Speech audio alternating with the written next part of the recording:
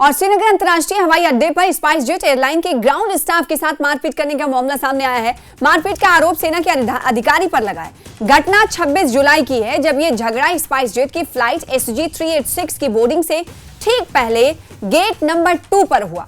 सेना के अधिकारी कथित तौर पर 16 किलो के 2 हैंडबैग्स को लेकर यात्रा कर रहे थे, जबकि नियम के अनुसार केवल 7 किलो तक की अनुमति होती है। जब एयरलाइन स्टाफ ने उनसे अतिरिक्त वजन के लिए शुल्क अदा करने को कहा तो यात्री ने इनकार कर दिया और बोर्डिंग प्रक्रिया पूरी किए बिना ही जबरदस्ती एरो ब्रिज में प्रवेश कर गया, जो विमान की सुरक्षा के प्रोटोकॉल का स्पष्ट उल्लंघन है, खिलाफ वर्जी है। उसे एक CISF के अधिकारी द्वारा वापस गेट तक ले जाया गया।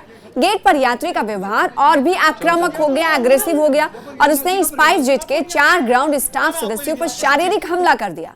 इस मामले में स्थानीय पुलिस ने एक प्राथमिकी दर्ज की है और एयरलाइंस ने नागरिक उड्डयन नियमों के अनुसार यात्री को नो फ्लाई सूची में डालने की प्रक्रिया शुरू कर दी है।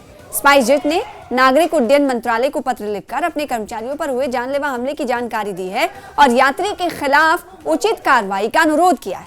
एयरलाइंस ने हवाई अड्डा अधिकारियों से घटना का CCTV फुटेज हासिल कर पुलिस को सौंप दिया है। देखिए, ये तस्वीर आप देख पा रहे हैं श्रीनगर इंटरनेशनल एयरपोर्ट की तस्वीर है, जहां पर स्पाइस जेट एयरलाइंस के ग्राउंड स्टाफ के साथ मारपीट का मामला सामने आया और जो मारपीट करने वाला शख्स था वो कोई और नहीं, सेना का जवान बताया जा रहा है। सेना का अधिकारी था, जवान नहीं अधिकारी था।